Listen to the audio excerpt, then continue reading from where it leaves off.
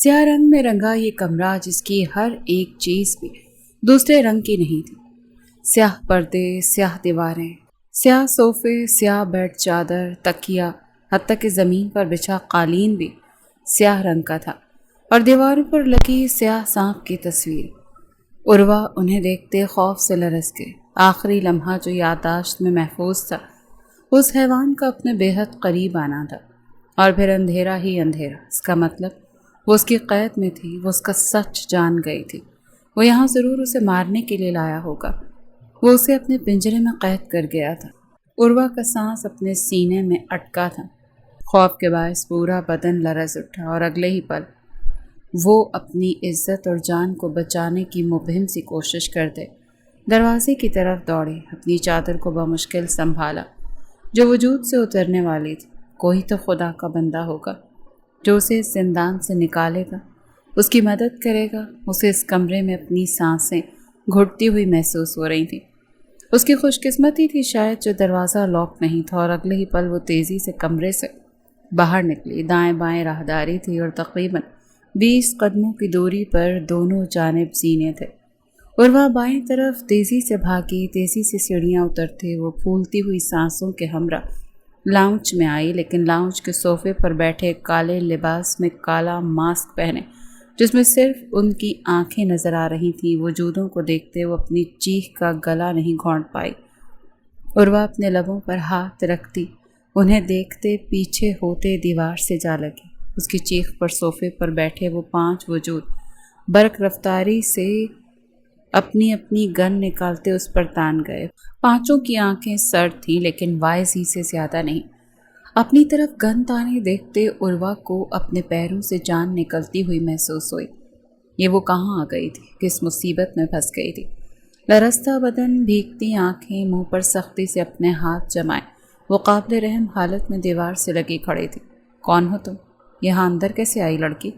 ان وجودوں میں سے ایک وجود سرد آواز میں غراتے ہوئے کہتا اس کی جانب اپنا قدم بڑھانے لگا۔ عروہ کو لگا اس کی موت اس کے نزدیک آ رہی ہے۔ وہ بے ساختہ نفی میں سر ہلاتے ادھر ادھر دیکھتی، اپنے بچاؤ کے لیے کوئی چیز ڈھونڈنا چاہتی تھی۔ پلیز جانے دو۔ عروہ اس وجود کو اپنا قریب محسوس کرتے روتے ہوئے فریاد کرنے لگی۔ اس سے پہلے وہ وجود ہاتھ بڑھاتے عروہ کی چادر سے جھانکتی گردن کو اپنی گرفت میں لیتا گولی چلنے کی آواز گونجی، اور ساتھ وہ وجود درد سے چلاتا پیچھے کو ہٹتا زمین پر گرا۔ عروہ کا وجود گولی کی آواز پر ساکن ہوا۔ وہ پتھر کی مورت بنے زمین پر گھٹنوں کے بل گرے اس وجود کو دیکھ رہی تھی جس کے ہاتھ میں گولی لگی تھی، اور پل میں وہاں سے خون بہنے لگا تھا۔ خون کی کچھ چھینٹیں اس کے چہرے پر بھی گری تھیں۔ خوف سے رونگٹے کھڑے ہوئے، لیکن وہ منجمد تھی۔ سنہری آنکھیں بے یقینی سے پھاڑے وہ زمین پر گھٹنوں کے بل گرے اس وجود کو دیکھ رہی تھی جو درد ضبط کرتا اپنی چیخوں پر بھی ضبط کرنے کی کوشش کر رہا تھا۔ وائزی! باقی وجود وائزی کو سیڑھیوں پر کھڑا دیکھ چیخ اٹھے جب عروہ کی ساکت وجود میں ہلچل ہوئی۔ عروہ نے سنہری آنکھیں اس وجود سے ہٹاتے سیڑھیوں کی جانب دیکھا۔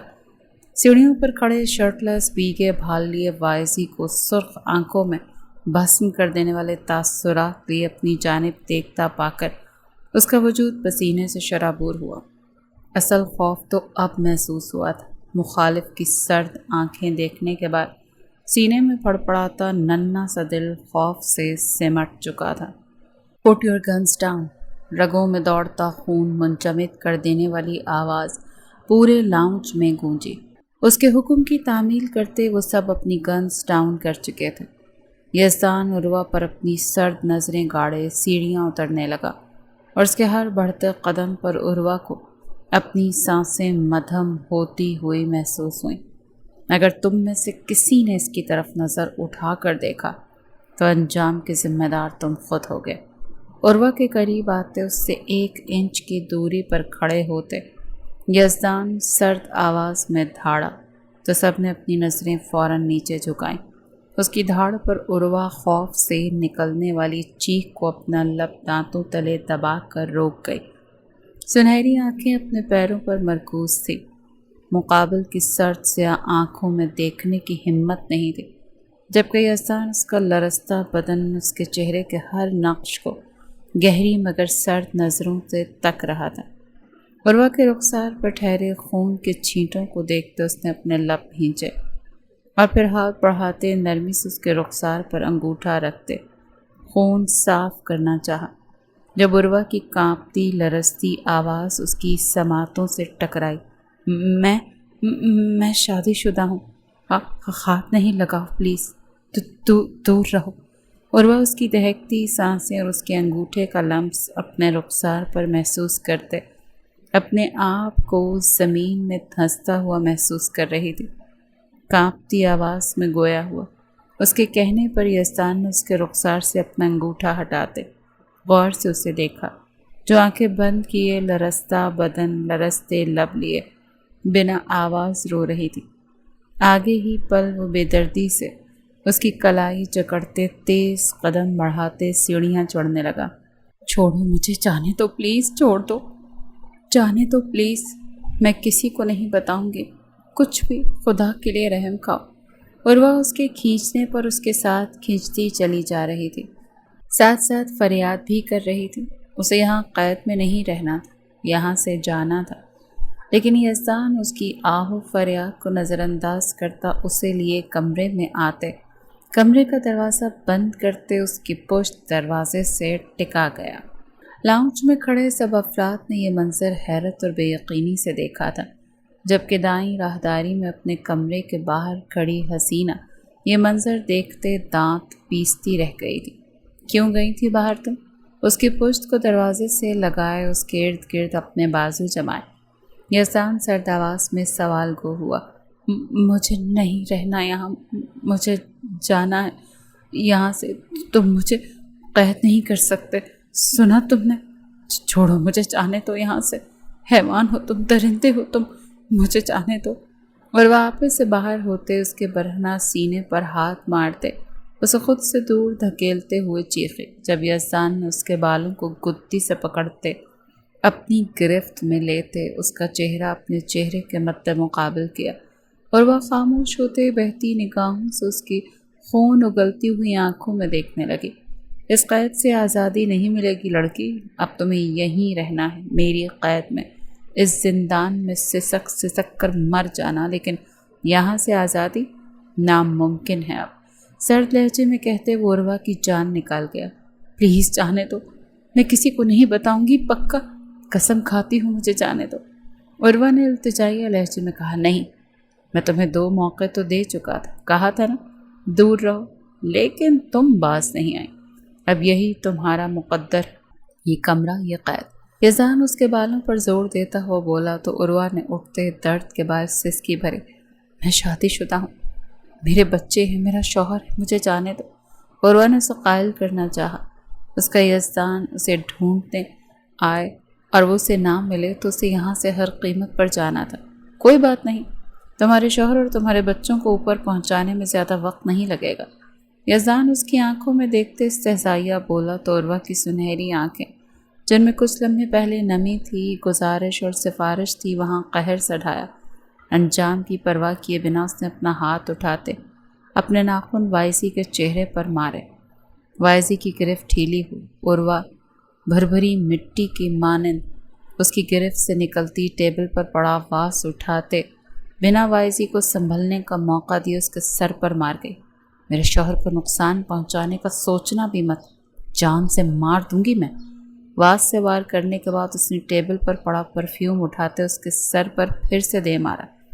وائزی کے سر سے خون بہنے لگا۔ اس نے دونوں ہاتھوں سے اپنا سر تھامے اپنے سامنے جوالا مکھی بنی عروہ کو دیکھا، جو تیز تیز سانسیں بھرتے سنہری آنکھوں میں غضب لیے اسے دیکھ رہی تھی، اور پھر زوردار قہقہ لگا گیا۔ آئی لائک اٹ، بھیگی بلی کا جنگلی شیرنی بن جانا اچھا تھا، مجھے پسند آیا۔ یزدان کے سر سے مسلسل خون بہہ رہا تھا، لیکن وہ سرد انداز میں قہقہ لگاتے عروہ کے قریب آتے اس کے دونوں بازو اپنی گرفت میں لے گیا۔ عروہ نے مزاحمت کی، لیکن وہ کمزور جان کہاں اس دیو ہیکل کی گرفت سے آزاد ہو سکتی تھی، لیکن اس کا خمیازہ تمہیں بھگتنا پڑے گا۔ وائزی پر جو وار کیا ہے اس کی سزا تو تمہیں ملے گی، ضرور ملے گی لڑکی، کیونکہ میں بخشنے والوں میں سے نہیں ہوں۔ وائزی کو اپنا سر گھومتا ہوا محسوس ہو رہا تھا، سر سے خون شدت سے بہہ رہا تھا۔ کبھی سوچا تھا اپنی ہی بیوی سے اپنے آپ کو زخمی کروا بیٹھے گا؟ سرد آواز میں اس کے چہرے پر جھکتے پھنکارتے ہوئے کہتے، اس کے وجود کو بیڈ پر پھینکتا، تیزی سے کمرے سے نکلتا۔ کمرہ لاک کر گیا۔ نکالو مجھے یہاں سے، جانے دو مجھے، چھوڑ دو، کھولو دروازہ۔ عروہ اس کی کمرہ بند کر جانے پر کمرے کا دروازہ پیٹتے ہوئے بولی، لیکن کمرہ ساؤنڈ پروف ہونے کے باعث اس کی چیخیں کمرے کی چار دیواری سے ٹکراتے واپس اس تک ہی آ رہی تھی۔ وہ بے بسی سے چیختے چیختے زمین پر بیٹھتی چلی گئی، گھٹنوں میں منہ چھپائے شدت سے رو دی۔ پیلس میں ہمہ وقت موجود ڈاکٹر آ کر اس کی پٹی کر گئے تھے۔ جم روم کے صوفے پر بیٹھا وہ اپنے دونوں ہاتھ صوفے کی پشت پر پھیلا کر اپنا سر بھی صوفے کی پشت پر ٹکا گیا۔ بیوی ہے تمہاری وہ؟ حسینہ کی آواز پر یزدان نے اپنی آنکھیں کھولتے سرد نظروں سے اس کی جانب دیکھا۔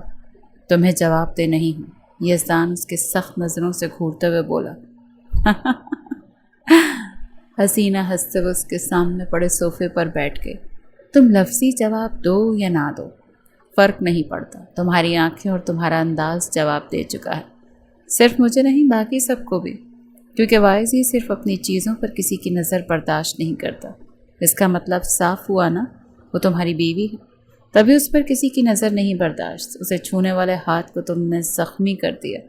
ہاتھ کی انگلیوں سے گن کا اشارہ بنا کر کہتے وہ قہقہہ لگا گئی۔ یزدان محض سرد نظروں سے اسے دیکھ رہا تھا۔ پر مجھے حیرت ہے وائزی، یہی تھی نا جس کی لاپرواہی کی وجہ سے تمہاری بہن اس قیامت سے گزری تھی؟ اصولاً تو تمہیں اسے معاف نہیں کرنا چاہیے، لیکن شاید تم معاف کر چکے ہو، تبھی وہ یہاں ہے۔ طنزی انداز میں کہتی وہ یزدان کا دماغ گھما گئی۔ میں نے اسے معاف نہیں کیا، یزدان ہر لفظ پر زور دیتا ہوا بولا۔ تو پھر وہ یہاں کیا کر رہی ہے؟ پھینک آؤ اسے وہیں جہاں وہ اتنا عرصہ تھی، مکمل دستبردار ہو جاؤ اس سے جیسے پہلے تھے۔ حسینہ نے اپنے ابرو ریز کرتے ہوئے کہا، وہ میری، صرف میری بیوی ہے وہ، اور یزدان اتنا بے غیرت نہیں کہ اپنی بیوی کو اس کے دوست کے آسرے پر چھوڑ دے۔ رہے گی تو وہ یہیں میری قید میں، میرے پاس ہوتے ہوئے مجھ سے دور، یزدان نے سرد لہجے میں کہا۔ آنکھوں میں ٹھہری سرخی میں بتدریج اضافہ ہوتا چلا جا رہا تھا۔ جھوٹ بولنا بند کرو یزدان، تم معاف کر چکے ہو اسے، تم بھول چکے ہو اس کی لاپرواہی اور اپنی بہن پر ٹوٹی قیامت کو۔ حسینہ کہتی اپنی جگہ سے اٹھی۔ یزدان کچھ بھی نہیں بھولا، وہ تڑپ رہی ہے اور تڑپے گی، یہاں سسک کر ایک ایک پل گزارے گی، اپنے محرم کے قریب ہوتے ہوئے بھی اسے نہ پہچانتے، اس احساس سے تڑپے گی کہ وہ کسی غیر کی قید میں ہے، اسے معافی نہیں ملے گی، یزدان نے مضبوط سرد شفاف لہجے میں کہا۔ حسینہ بنا پلٹے ہی مسکرائی اور کچھ سوچتے ہوئے وہاں سے نکلتی چلی گئی۔ معافی نہیں ملے گی؟ عروہ تمہیں، اپنی محبت پر میں فاتح پڑھ چکا ہوں، میری محبت کب کی مر کر فنا ہو چکی ہے، اب صرف نفرت، صرف اور صرف نفرت، معافی کی کوئی گنجائش نہیں ہے میرے پاس رہتے ہوئے تمہیں تڑپنا ہے، سسکنا ہے، ہر ایک پل اسی اذیت میں گزارنا ہے جس اذیت میں اور میری بچی گزرے۔ میں یزدان نہیں جس کی تم محبت تھی، میں وائزی ہوں جس کی تم نفرت، محض نفرت۔ غیر مرئی نقطے کو تکتے اپنے ہاتھ باہم ملاتے سرد لہجے میں وہ تصور میں عروہ سے مخاطب ہوا۔ وہ ابھی بلیک روم سے باہر نکلتا لاؤنج میں آیا جب اس کی نظر دیوار گیر گھڑی پر پڑی۔ رات کے 12 کا وقت، یکدم اسے اس نازک وجود کا خیال آیا جو کل رات سے بھوکی پیاسی کمرے میں بند قید کاٹ رہی تھی۔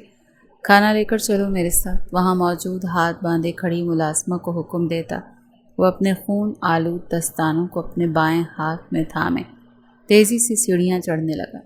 آج اس نے باقی 3 قاتلوں کو بھی کیفر کردار تک پہنچاتے اپنی بہن کی موت کا بدلہ لے لیا تھا۔ غرض یہ اس کا اس سیاہ دنیا میں قدم رکھنے کے پیچھے جو ارادہ تھا وہ مکمل ہو چکا تھا۔ عروہ بیڈ کی پائنتی سے پشت ٹکائے اپنا چہرہ اپنے گھٹنوں میں چھپائے سسک رہی تھی۔ سنہری آنکھوں میں اب آنسو خشک ہو چکے تھے، لیکن دل اب بھی خون کے آنسو رو رہا تھا۔ اس قید میں اس کا دم گھٹ رہا تھا، سانسیں بھرنے میں دشواری ہو رہی تھی۔ جب کمرے کا دروازہ کھلا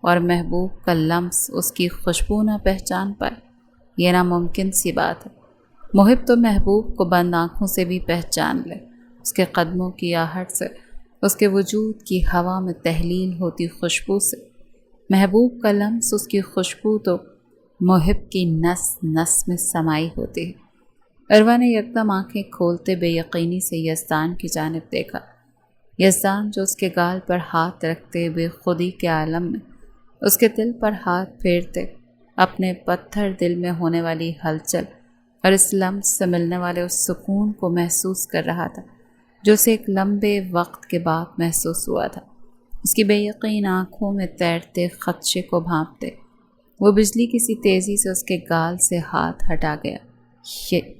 یزدان، عروہ کے لب بے آواز پڑ پڑائے۔ کھانا کھاؤ لڑکی، اور عادت ڈال لو، اب یہیں رہنا ہے تم نے۔ اس زندان سے آزادی ایک ہی صورت میں ملے گی، اور وہ ہے موت۔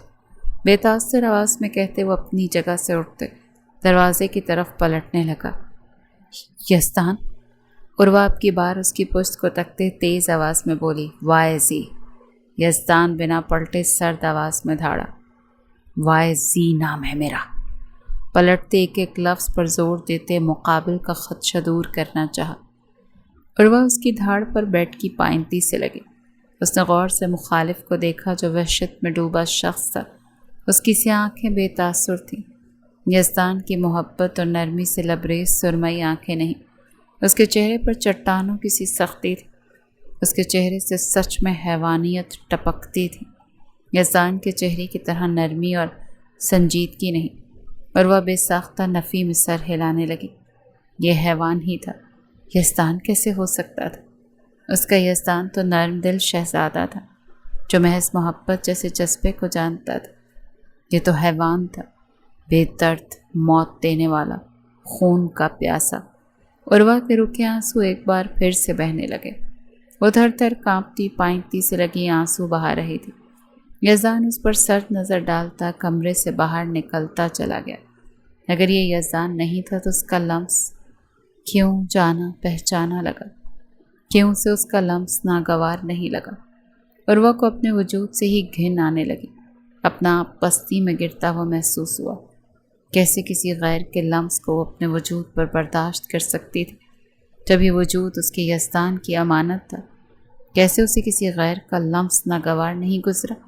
وہ بے دردی سے اپنے گالوں کو رگڑتے برق رفتاری سے اپنی جگہ سے اٹھتے کمرے سے منسلک واش روم کی طرف بڑھی۔ واش روم میں آتے شاور چلاتے وہ رگڑ رگڑ کر اپنے گال، اپنے ہاتھ، اپنے بازو سے اس کا لمس مٹانے کی کوشش کرنے لگی۔ شاور سے گرتا پانی اسے پل میں بھگو گیا تھا۔ سنہری آنکھوں سے نمکین پانی کی برسات بھی جاری تھی، اور وہ پاگل دیوانی کی طرح اپنے وجود سے یزدان کے لمس کو مٹانے کی کوشش کر رہی تھی۔ ایک ضروری ڈیل دن کرتے وہ واپس پیلس آیا تھا۔ عروہ کو اس کے لمس کو پہچان جانا یزدان کو دوہری اذیت میں مبتلا کر گیا تھا۔ وہ لڑکی گوڈے گوڈے اس کے عشق میں مبتلا تھی۔ ساری رات وہ سرخ آنکھیں لیے یہی بات سوچتا رہا تھا کہ کاش لاپرواہی نہ برتتی۔ اس روز آج سب کچھ مختلف ہوتا، اس کی بچی محفوظ رہتی، وہ ہوتا اس کی محبت اور اس کی بچی ایک مکمل گھر جو ہر ایک کی چاہ ہوتا ہے۔ لیکن ساری سوچیں اس کاش پر آ کر اختتام پذیر ہوں۔ سینے میں موجود اس پتھر کی حالت بھی عجیب تھی۔ آج کافی دنوں کے بعد اسے ایسا محسوس ہو رہا تھا جیسے اس کے وجود کا کوئی ٹکڑا کوئی دھیرے دھیرے اس کے وجود کو کاٹ رہا ہو۔ اسی لیے وہ باقی کام اپنی ٹیم کو سنبھالنے کا کہتے واپس پیلس چلا آیا تھا۔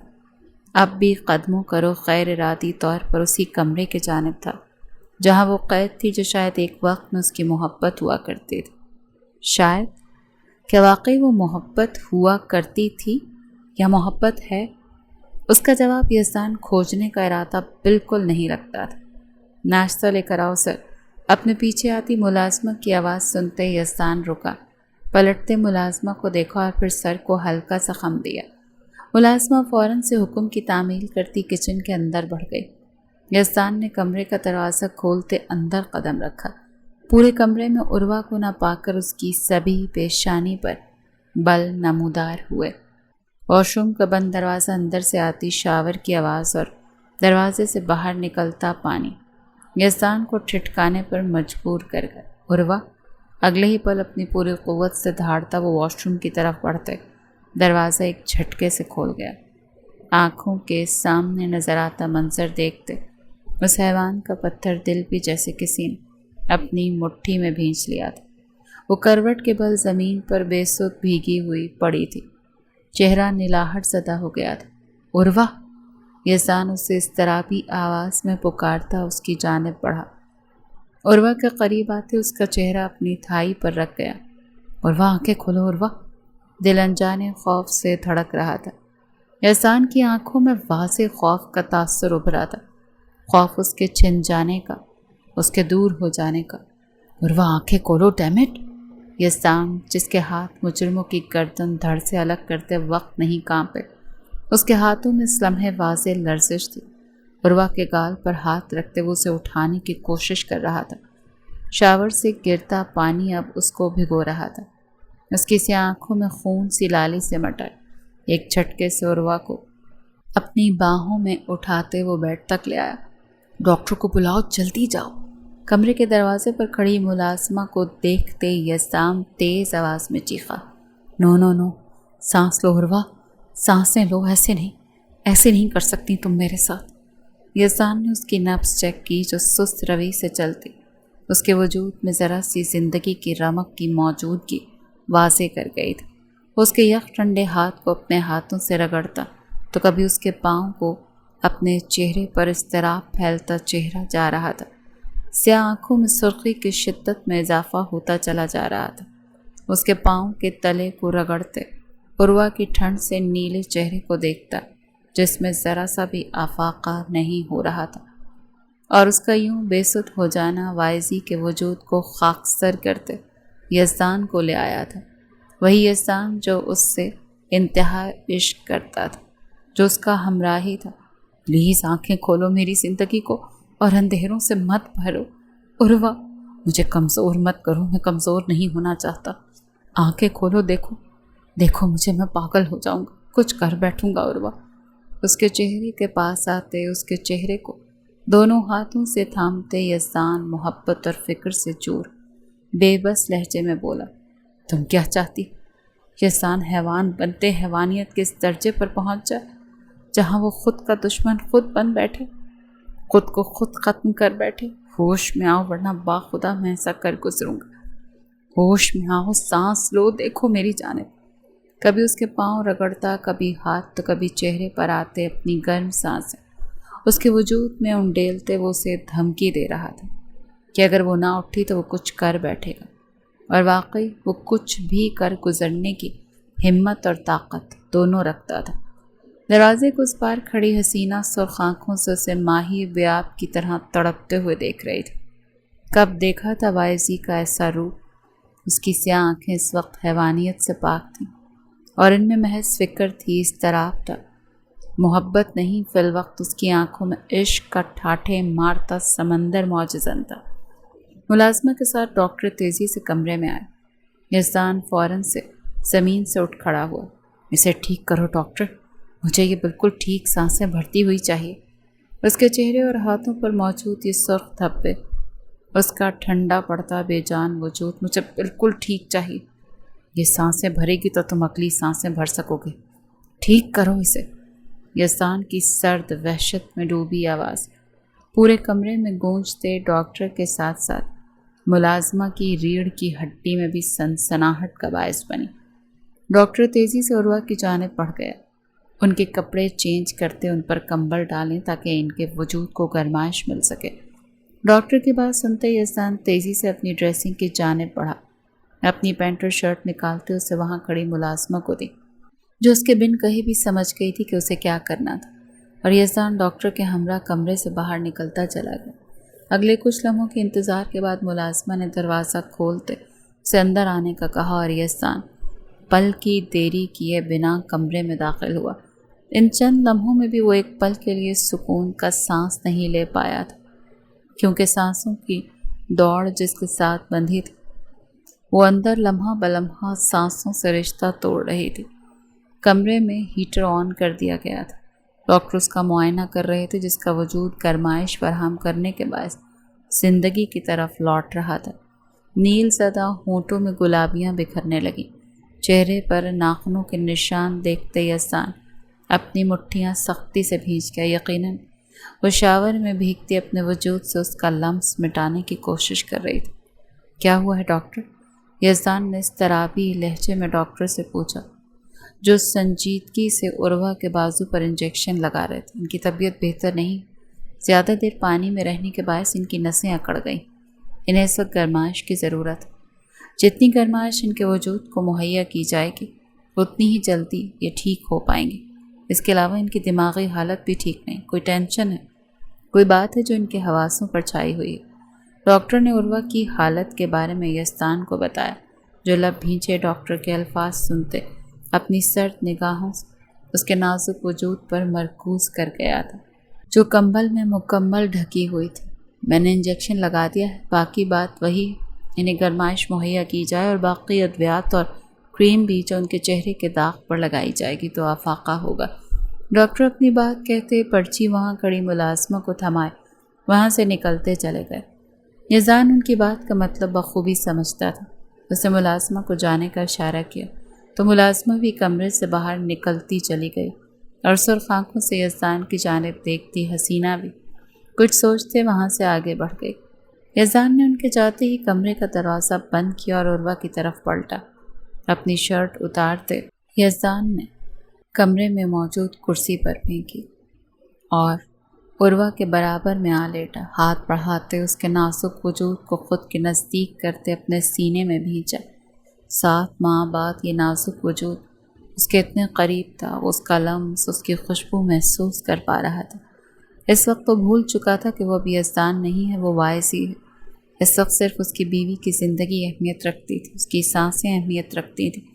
عروہ کو اپنے سینے سے لگائے اس کے بالوں میں منہ چھپائے وہ گہرے سانس بھرتے اسے اپنے بے حد نزدیک کر گیا۔ یاد تھا تو فقط اتنا کہ پاس لیٹا وجود اس کا ہے، اس کی ملکیت ہے اور اس وقت اس وجود کو اس کی ضرورت ہے۔ وہ بے تاثر نگاہوں سے خود کے قریب لیٹی عروہ کو دیکھ رہا تھا، جو اس کے لمس کو پہچانتی اس کے گرد اپنا حصار مضبوط کر گئی تھی۔ یزدان محض اس کے نقوش کو تکے جا رہا تھا، جہاں ہلکی ہلکی لالی نے اپنی جگہ بنائی تھی۔ خوبصورت چہرے پر اطمینان تھا، سکون تھا۔ وہ غنودگی میں بھی اس کا لمس محسوس کرتی اس پر اپنی گرفت مضبوط کر گئی۔ اب ممکن ہی نہ تھا اپنی پہچان چھپانا۔ اسے نفرت تھی عروہ سے، محبت نہیں تھی، اور ایسا صرف وہ لفظوں سے کہہ رہا تھا۔ دل اور دماغ پر تو آج بھی اس کی محبت پنجے گاڑے بیٹھی تھی۔ اس کے قریب آیا تو محض اس کی جان بچانے کے لیے، اسے اپنے لمس سے روشناس کروایا تو محض اس کی زندگی کے لیے، ورنہ وہ اس کے قریب نہیں جاتا، وہ اس کے لمس کو محسوس نہیں کرتا۔ ان کے درمیان یہ قربت کے لمحات کبھی نہ ٹھہرتے۔ وہ کئی بار خود کو یہ باور کروا چکا تھا۔ یزدان بے تاثر نگاہوں سے اسے دیکھتے اس کا حصار اپنے گرد سے ہٹاتے بیڈ سے اٹھ کھڑا ہوا۔ ڈریسنگ سے اپنے کپڑے لیتے وہ واش روم میں جا بند ہوا۔ اپنے پہلو کو خالی ہوتا محسوس کر اور اپنی گرفت سے یزدان کے وجود کا دور جانا، اس کی خوشبو، اس کے لمس کی دوری عروہ کو غنودگی میں بھی تڑپا گئی۔ اپنی تمام تر ہمت جمع کرتے اس نے اپنی آنکھیں کھولنے کی کوشش کی، جو کچھ ہی لمحوں کی کوشش کے بعد کھل گئیں۔ آنکھیں کھولتے ہی وہ جو یہ سمجھ بیٹھی تھی کہ وہ اپنے گھر، اپنے یزدان کی باہوں کے گھیرے میں ہے، اس کا لمس اس کی قربت میں بھیگ رہی، اپنے آپ کو اسی زندان میں دیکھ اس کا ذہن مکمل طور پر بیدار ہوا۔ چہرے کی رنگت سفید پڑی اور وہ ہذیانی انداز میں نفی میں سر ہلاتی اپنے آپ کو اس حقیقت سے دور لے جانا چاہتی تھی۔ اسے محسوس کیا یزدان کا لمس، اس کی قربت، وہ جھوٹ نہیں ہو سکتا، بالکل نہیں۔ اس کے حواس بے شک پوری طرح بیدار نہیں تھے، لیکن وہ قربت اور انتہائی نزدیکی محسوس کر سکتی تھی۔ یکدم اس کے دماغ میں جھماکا سا ہوا، وائسی، اس کا لمس، وہ وائسی کے لمس کو یزدان کا لمس سمجھ بیٹھی تھی۔ تو اب بھی جو قربت اس نے محسوس کی، جو لمس اس نے محسوس کیا، وہ وائسی؟ نہیں نہیں نہیں، ایسا نہیں ہو سکتا۔ عروہ کو لگا کہ اس کا دل بند ہو گیا، جیسے سانسیں بھرنے میں دشواری ہوئی ہو۔ یزدان تو یہاں نہیں تھا، وہ تو نہ جانے کہاں تھا۔ وہ اس کی بیوی کسی اور کی قربت کو اپنے شوہر کی قربت سمجھ بیٹھی۔ یہ کیا ہو گیا تھا اس سے؟ وہ گناہ کر بیٹھی، وہ زنا جیسے فعل کی مرتکب بن بیٹھی۔ عروہ کو اپنا وجود زمین کی 7ویں تہہ میں دھنستا ہوا محسوس ہوا۔ اپنے وجود پر نظر ڈالی تو وہاں اپنے لباس کے بجائے واعظی کے لباس کو دیکھتے وہ آنکھیں بند کر گئی۔ حواس جو مکمل بیدار ہو گئے تھے اب پھر معطل ہوتے محسوس ہو رہے تھے۔ اپنے آپ سے یزدان کی خوشبو محسوس ہو رہی تھی، لیکن اسے وہ سب کچھ سراب لگ رہا تھا۔ ایک غلط فہمی، ایک دھوکہ، اپنے وجود سے گھن آنے لگی۔ عروہ اب اگر وہ آ بھی گیا تو کس منہ سے اس کے پاس واپس جاؤ گی؟ اپنا گناہ اور گندگی سے لتھڑا وجود لیے اس کے پاس جاؤ گی؟ اس کی امانت میں خیانت کر بیٹھی ہوں، کیسے جاؤ گی اس کے پاس؟ گندگی کا ڈھیر بن بیٹھی ہوں، تمہیں تو مر جانا چاہیے۔ اس سے پہلے وہ آئے تمہیں بے وفا بد کردار کہہ دے، تمہیں مر جانا چاہیے۔ ہاں، مر جانا چاہیے تمہیں۔ ہذیانی انداز میں خود سے مخاطب ہوتے وہ بیڈ سے اٹھ کھڑی ہوئی۔ کمزوری کے باعث اسے اپنا سر گھومتا ہوا محسوس ہو رہا تھا، لیکن ابھی فی الوقت اسے اپنے آپ کو ختم کرنا تھا۔ اپنے وجود کو کسی اور کو سونپ بیٹھی تھی، اپنے یزدان سے بے وفائی کر بیٹھی تھی۔ عروہ نے کمرے میں نظریں دوڑائیں، کچھ بھی تو نہیں تھا یہاں جس سے خود کو مار دیتی۔ یکدم اس کی نظر ڈریسنگ مرر پر پڑی۔ اپنا وجود آئینے میں نظر آیا تو اسے خود سے کراہیت سی محسوس ہوئی۔ ڈریسنگ مرر کے پاس آتے، وہاں سے پرفیوم کی بوتل اٹھاتے وہ ڈریسنگ مرر پر مار بیٹھے۔ آئینہ 100 ٹکڑوں میں تقسیم ہوا۔ بہتی نگاہوں سے ان کانچ کے ٹکڑوں میں اپنا عکس دیکھتے وہ تیزی سے زمین سے جھکتے ایک نوکدار ٹکڑا اٹھاتے اپنی کلائی پر رکھ گئی۔ چھناکے کی آواز سنتے یزدان تیزی سے بنا شرٹ کے پینٹ میں ملبوس باہر آیا۔ سامنے کا منظر دیکھتے اسے اس کی سانسیں تھمتی ہوئی محسوس ہوئیں۔ اس سے پہلے عروہ کانچ کا ٹکڑا اپنی کلائی پر پھیرتی، یزدان ایک ہی جست میں اس تک آتے، اس کے پہلو سے ہاتھ گزارتے اسے اپنی گرفت میں لیتے، اس کے ہاتھ سے کانچ لیتے پھینک چکا تھا۔ اب سرخ سرمئی آنکھوں کا مرکز اس کا کانپتا لرزتا وجود تھا۔ چھوڑو مجھے مرنا، مجھے اب سانس نہیں لینی، چھوڑو مجھے، چھوڑو۔ اپنے آپ کو یزدان کی گرفت میں پا کر وہ ہذیانی انداز میں کہتی، مزاحمت کرنے لگی، کیا پاگل پن تھا یہ؟ کیا کرنے چاہ رہی تھی تم اپنے ساتھ؟ مذاق ہے تمہارے لیے مرنا، بتاؤ؟ یزدان سرخ آنکھیں لیے اس کے بازو تھامتے شدت ضبط سے چیخا، ہاتھ نہیں لگا، دور ہو جاؤ مجھ سے، تم نے مجھے ناپاک کر دیا، گندگی کا ڈھیر بنا دیا، ہٹ جاؤ، چھوڑو مجھے مرنا۔ میرا یزدان، اس سے پہلے آ کر مجھے بے وفا بد کردار سمجھے، مجھے مرنا ہے، چھوڑو مجھے، اپنے لمس سے میرے وجود کو مت جلا، میں جہنم کی حقدار ٹھہری ہوں، پلیز چھوڑ دو مجھے۔ یکدم یزدان کی آواز سنتے وہ ہذیانی انداز میں اس کی جانب دیکھتے اگلے ہی پل چیخے۔ یزدان کے سینے پر ہاتھ مارتے اسے خود سے دور کرنے کی کوشش کر رہی تھی، جب یزدان کو اپنا دماغ غیظ و غضب سے معاف ہوتا ہوا محسوس ہو رہا تھا۔ وہ اسے پہچان نہیں رہی تھی، اس کے چہرے پر ماسک نہیں تھا، لیکن اب بھی وہ اسے نہیں پہچان رہی تھی۔ وہ سمجھ بیٹھی تھی کہ قربت کے لمحات اس کے اور وائزی کے بیچ حائل ہوئے، کیونکہ وہ اس بات سے ناواقف تھی کہ وائزی ہی یزدان ہے۔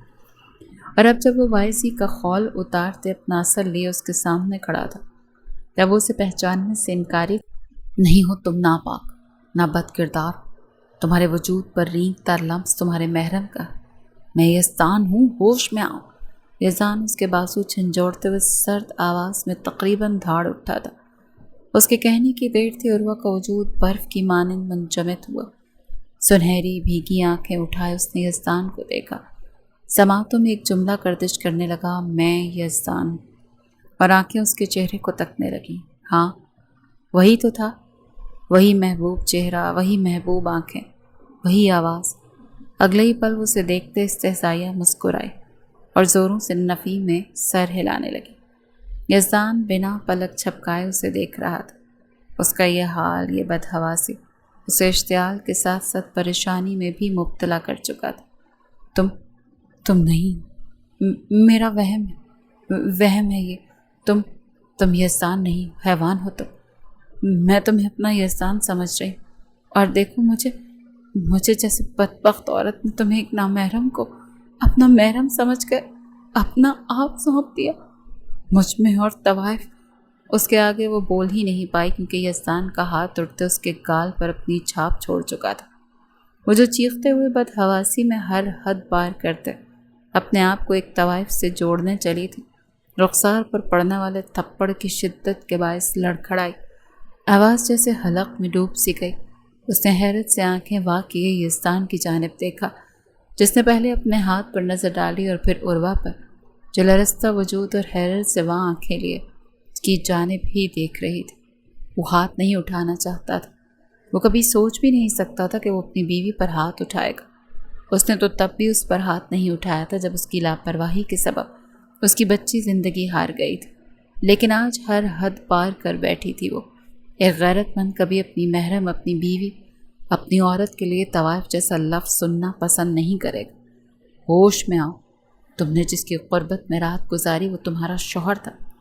تم ناپاک نہیں، تم بد کردار نہیں، تم جہنم کی حقدار نہیں ہو۔ سمجھ آ رہی ہے میری بات؟ ہمت کیسی کی تم نے اپنے آپ کو اس غلیظ نام سے جوڑنے کی؟ کیا تم مجھے پہچان نہیں پا رہی؟ میں یزدان ہوں، تمہارا شوہر۔ میرے ہوتے ہوئے تمہیں کوئی غیر مرد ہاتھ لگائے، یہ ناممکن ہے۔ یزدان بغیرت مرد نہیں، سنا تم نے؟ اگلی بار اگر خود کو ان غلیظ ناموں سے پکارا با خدا، مجھے دوبارہ ہاتھ اٹھانے پر ذرا افسوس نہیں ہوگا۔ عروہ کے بت بنے وجود کو سرد پتھریلی نظروں سے دیکھتے وہ اس قدر اونچی آواز میں بولا کہ اس کی گردن کی ہری نسیں بھی واضح ہونے لگی تھیں۔ وہم نہیں تھا، حقیقت تھی۔ یہ وہ اس کے سامنے تھا، ہاں وہی تو تھا وہ جس کے ہونے سے وہ تھی، وہی تو تھا وہ جس کی سانسوں سے اس کی سانسیں بندھی تھیں، وہی تو تھا وہ جو عروہ حیات کا محبوب تھا، جو عروہ حیات کے لیے آب حیات سا تھا۔ وہ نہیں تو کچھ نہیں، وہ ہے تو سب کچھ ہے۔ یکدم کمرے کا ذرہ ذرہ خاموشی میں ڈوبا، سب آوازیں ختم، کمرے میں رقص کرتی ہوا ساکت، تمام منظر پھیکے اور دھندلے، فقط سنہری آنکھوں کو کوئی منظر صاف اور شفاف نظر آ رہا تھا۔ تو اس کے یزدان کا چہرہ تھا جو سرمئی آنکھوں میں غصے کی لالی لیے اسے کچھ کہہ رہا تھا، لیکن سنتا کون؟ سماعتوں نے تو کام کرنا چھوڑ دیا تھا۔ لب کچھ بولنے کے لیے پھڑ پھڑائے پر کچھ بول نہ پائے۔ اس کا یزدان اس کے سامنے تھا، پورے 7 ماہ کے بعد وہ اس کے سامنے تھا۔ کیسے نہ دیوانی ہوتی وہ، کیسے نہ سد بد کھوتی۔ وہ 7 ماہ کا ہر پل انتظار میں کٹا تھا، کب ہجر کا یہ اذیت ناک باب ختم ہوتا اور وہ اس کے پاس آتے، اسے نئی زندگی کی نوید سناتا، اور وہ زمین پر بکھرے کانچ کی پرواہ کیے بغیر تیزی سے آگے بڑھی، اور یکدم اس کے سینے میں سماتے وہ آنکھیں بند کیے، اس کی پشت پر گرفت مضبوط کرتے ہچکیوں سے رو دی۔ یزدان کے بولتے لب ساکت ہوئے، وہ اپنے سینے سے لگی بکھرتی عروہ کے لمس کو محسوس کرتے پتھر کا ہوا۔ میری تہجد کی دعائیں رنگ لے آئیں یزدان، میرا رب مجھ پر بڑا مہربان ہو گیا، اس نے کرم کیا مجھ پر، میرا انتظار ختم ہوا، میرا یزدان آ گئے، آپ آ گئے۔ مجھے یقین تھا آپ آئیں گے، مجھے یقین تھا اس پاک ذات پر جس نے ہماری راہیں جوڑی، وہ کیسے ہمیں جدا کر سکتا تھا۔ آپ آ گئے یزدان، آپ آ گئے۔ میں نے کتنا یاد کیا، ہر پل ہر لمحہ کانٹوں پر گزارا۔ یہ 7 مہینے عذاب تھے یزدان، عذاب۔ میں نے آپ کے بغیر سانسیں مشکل سے بھری۔ اب کہیں نہیں جانے دوں گی، کہیں نہیں، اب آپ کہیں نہیں جائیں گے، اور دوری برداشت نہیں کروں گی، مر جاؤں گی میں، لیکن آپ کو جانے نہیں دوں گی۔ یزدان کے سینے سے سر اٹھاتے، اس کے چہرے کو اپنے ہاتھوں کے پیالے میں بھرتے، وہ شدت جذب سے روتے ہوئے کہتی، کبھی اس کی آنکھوں پر اپنا لمس چھوڑ رہی تھی تو کبھی اس کے رخساروں پر، اس کی گرد گرفت سخت کرتے وہ واپس اس کے سینے پہ سر رکھ گئے، کسی معصوم بچے کی مانند کہتی وہ اسے اب کہیں نہیں جانے دے گی، کہیں نہیں جانے دے گی۔ وہ کہتی چلی جا رہی تھی اور یزدان کی آنکھوں میں سرخی بڑھتی چلی جا رہی تھی۔ اپنے ہاتھوں کی مٹھیاں بھینچے وہ اس کے لفظ لفظ کو سنتے، اپنے پتھر دل میں دراڑیں پڑتے محسوس کر رہا تھا، روم روم تڑپ کر اس سے گزارش کر رہا تھا، اس بکھرتی بے جان ہوتی لڑکی کے گرد اپنے بازو حمائل کرتے، اسے اپنی چھاؤں میں لے آئے، کہ 7 ماہ یہ لڑکی تپتی دھوپ میں جھلستی رہی ہے، لیکن نہیں، دماغ زوروں سے نفی کرتے مدیحہ کا خون میں لت پت وجود اس کی آنکھوں کے سامنے ایک تصویر کی مانند پیش کرتے اسے عروہ کے گرد حصار نہ باندھنے پر مجبور کر رہا تھا۔ آپ نہیں چاہیں گے نا؟ ایک بار پھر پلٹ کر نہیں دیکھا آپ نے مجھے، ایک بار بھی؟ کیا کبھی یہ جاننے کے لیے دل نہیں تڑپا آپ کا کہ میں زندہ ہوں یا مر گئی؟ اس کے سینے پہ سر رکھے اسے اپنے گال پر ٹھہرے اس نشان کی بابت بتانے کے ساتھ ساتھ اس سے سوال کر گئی، اور وہ سوال کرتے وقت اس کی سنہری آنکھیں ایسے درد سے لبریز ہوئی تھیں کہ یزدان کو لگا اس کا دل کسی نے مٹھی میں لے کر زوروں سے بھینچ لیا ہو۔ وہ اس وقت سب کچھ بھول بیٹھی، یہ بھی کہ وہ کہاں ہے کچھ یاد تھا تو فقط یہ کہ سامنے اس کا رہبر تھا، اس کا یزدان، جسے وہ اپنا درد بیان کرنا چاہتی تھی، بتانا چاہتی تھی کہ اس کے ساتھ کیا کیا ہوا۔ اس نے اسے کس قدر کس شدت سے یاد کیا۔ نہیں تڑپا۔ اس کی سب درد بھری باتوں کا جواب صفاقی سے محض 2 لفظوں میں کہتے وہ عروہ کے وجود کو تپتی ہوئی بھٹی میں جھونک گیا۔ عروہ کے بہتے آنسو تھم سے گئے، سنہری آنکھوں نے اب سرمئی آنکھوں میں ٹھہری نفرت پر غور کیا تو ایسا لگا جیسے پیروں تلے سے زمین کھینچ لی گئی۔ یزدان، اس کی زبان سے یزدان کا نام ٹوٹتا ہوا ادا ہوا۔ نہیں تڑپا؟ کیوں تڑپتا؟ تمہیں یاد کرتے ہی مجھے میری بچی کا خون میں لت پت وجود یاد آ جاتا، تو کیسے تڑپتا یزدان تمہارے لیے؟ یزدان نے نہ تمہیں یاد کیا نہ تمہارے لیے تڑپا۔ عروہ کے ہاتھ اپنی پشت سے نکالتے اسے دور کرتے یزدان بے تاثر سے لہجے میں گویا ہوا۔ عروہ کے وجود سے سانسیں ہی کھینچ گیا، پیروں کے تلووں میں چبھے کانپ جن کا درد وہ یزدان کی موجودگی کے سبب محسوس ہی نہیں کر پائی اب اٹھا تھا، اور ایسی شدت سے اٹھا کہ عروہ کا روم روم درد میں ڈوبتے اسے سسکی بھرنے پر مجبور کر گیا۔ اس کی سسکی بھرنے پر یزدان کی نظر اس کے پیروں کی جانب اٹھی، جہاں سے بہتا خون دیکھتے اس کا دل ڈوب کر ابھرا۔ ماتھے پر تفکر کی لکیریں ابھری، لیکن اگلے ہی پل وہ پھر اپنے خول میں سمٹ آیا۔ یہ نفرت میں ڈوبا لہجہ، ان سرمئی آنکھوں میں تیرتی نفرت اذیت ناک تھا۔ معاف کر دیں، وہ کیا کہتی؟ وہ غلطی تھی اس کی جس کی سزا اسے لازمی ملنی تھی۔ اس کی غلطی کی وجہ سے اس کی بہن اس حال میں پہنچی تھی۔ معاف؟ عروہ، معاف کر دوں تمہیں؟ چلو ایک شرط پر معاف کر دیتا ہوں، بولو قبول ہے شرط میری؟ عروہ کے ٹوٹے لفظوں میں معافی مانگنے پر وہ یکدم قہقہ لگاتے اسے سرمئی سرخ آنکھوں میں دیکھتے بولا، کیسی شرط؟ عروہ نے سسکی بھرتے ہوئے پوچھا۔ اسے اپنا روم روم درد میں ڈوبا محسوس ہو رہا تھا۔ فقط پیر زخمی نہیں ہوئے تھے، اس کا دل، اس کی روح تک زخمی ہوتی بلبلا اٹھی تھی۔ اس قیامت کے اس روز کو میری حیات سے مٹا دو جو مجھ سے میرا سب کچھ چھین کر لے گیا، میری بہن کو عزت، میری بہن کا بچپن، میری بیوی، میری محبت، میرا سادہ پن، میرا وہ خوبصورت آشیانہ جس میں میں خوش تھا، اپنی بیوی، اپنی بہن کے ساتھ۔ بولو، مٹا سکتی ہو وہ دن، وہ روز، وہ پل جو میرا سب کچھ چھین کر لے گئے؟ بولو نا، جواب دو۔ زمین پر جس طرح ٹوٹے کانچ کی کرچیاں بکھری پڑی تھیں، بالکل اسی طرح اس کی سرمئی آنکھیں جو ہر پل زندگی سے پر رہتی تھیں، اس وقت ان سرمئی آنکھوں میں بکھری خوشیوں اور ٹوٹے خوابوں کی کرچیاں نظر آ رہی تھیں۔ عروہ نے بے سخت اپنی شرٹ کو مٹھیوں میں دبوچا، وہ بے بس تھی۔ دھیرے سے نفی میں سر ہلایا۔ پھر بھول جاؤ معافی کو، نہیں ملے گی معافی تمہیں عروہ، نہیں ملے گی معافی۔ اس کے نفی میں سر ہلانے پر یزدان مضبوط لہجے میں کہتے یکدم اس کی جانب بڑھتے اسے زمین سے تھوڑا اوپر اٹھائے بیڈ پر بٹھا گیا۔ عروہ ٹکٹکی باندھے اسے دیکھ گئی۔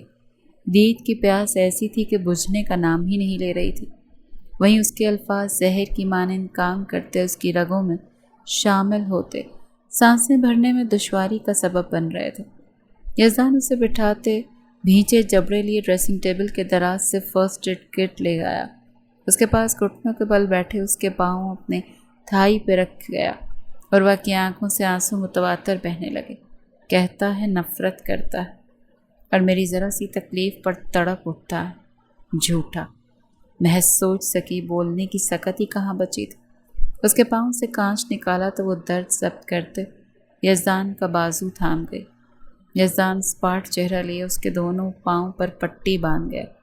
میری ذرا سی تکلیف پر تڑپ اٹھے ہیں آپ اور کہہ رہے ہیں کہ یہ سوچیں آپ کا دل نہیں تڑپا ہوگا کہ میں زندہ ہوں یا مر گئی۔ وہ مزید خاموش نہیں رہ پائی۔ مرد ہوں، ایک عورت میری زوجیت میں رہتے ہوئے تکلیف سے گزرے تو تف ہے مجھ پر۔ یزدان نے اس کے کہنے پر اشتعال سے اس کی جانب دیکھتے کہا، یہ تو جسمانی تکلیف کی بات کر رہے ہیں آپ یزدان، اس تکلیف کا کیا جو مجھے اندر ہی اندر دیمک کی طرح کھائے جا رہی ہے؟ اس تکلیف کا کیا جو آپ کی دوری، آپ کی نفرت سے مجھے مل رہی؟ یزدان مت کریں ایسا ظلم مجھ پر، معاف کر دیں مجھے، اپنا لیں، چھپا لیں اپنے حصار میں کہ اب سکت نہیں ہے مجھ میں کچھ بھی سہنے کی۔ میں مر رہی ہوں، میں مر جاؤں گی۔ اس کا ہاتھ تھامتے وہ بھرائی آواز میں کہتے یزدان کی سرمئی آنکھوں میں نمی لیا۔ اپنی محبت، اپنے عشق کو اس طرح ٹوٹا بکھرا دیکھنا آسان نہیں تھا، بالکل آسان نہیں تھا۔ دل و دماغ کی جنگ میں پھنسے شخص سے زیادہ بے بس اور کوئی نہیں ہو سکتا۔ یہ دل جس کی وہ مکیں تھی وہ تو اسے سمیٹنے کے لیے بے قرار تھا، لیکن دماغ اس کی لاپرواہی یاد دلا کر اسے مدیحہ کا چہرہ دکھا کر بے بس کر رہا تھا۔ وہ نم آنکھیں لیے عروہ کے آنسوں سے تر چہرہ دیکھنے لگا اور بالآخر وہ دماغ کو نظر انداز کرتے دل کی سنتے 7 ماہ کے اس ہجر کو ختم کرتا اسے اپنے سینے میں زوروں سے بھیج گیا، اس قدر زوروں سے کہ دونوں ایک دوسرے سے لپٹے بیڈ پر گرے۔ تمہیں کیا لگتا ہے میں تم اس تکلیف سے گزر رہی؟ کیا ہے تمہیں اندازہ میری تکلیف کا؟ یہ ہجر میری بھی تو جان نکال رہا۔ وہ عروہ کی گردن میں منہ چھپائے نم لہجے میں بولا، ختم کر دینا پھر یہ ہجری احسان، ہم دونوں کی تکالیف کا اختتام ہو جائے گا۔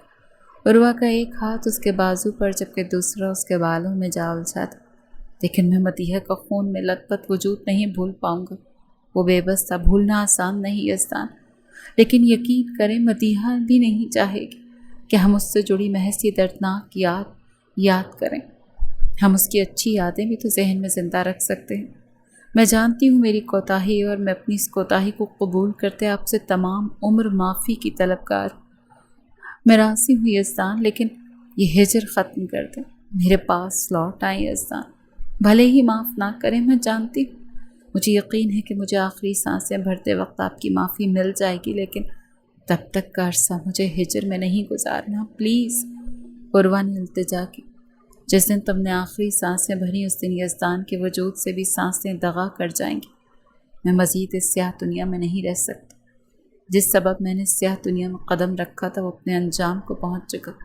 میں نے مدیحہ کے مجرموں کو عبرت ناک انجام تک پہنچا دیا، اور شاید اب مجھ میں مزید سکت نہیں کہ میں سنگ دل بنا تم سے مزید دوری برت سکوں۔ میں مزید اس قول میں سمٹ نہیں سکتا، میں مزید اپنے دل کو نظر انداز نہیں کر سکتا، اور وہ میں مزید تم سے دور نہیں رہ سکتا۔ مجھے لوٹنا ہے اس اندھیرے سے نکلتے روشنی کی طرف، اور میں تنہا نہیں لوٹ سکتا۔ مجھے پچھلے 7 ماہ سے بکھرا ہوا ہوں میں، سمیٹ لو مجھے، ٹوٹ چکا ہوں میں، کرچی کرچی، مجھے جوڑ دو۔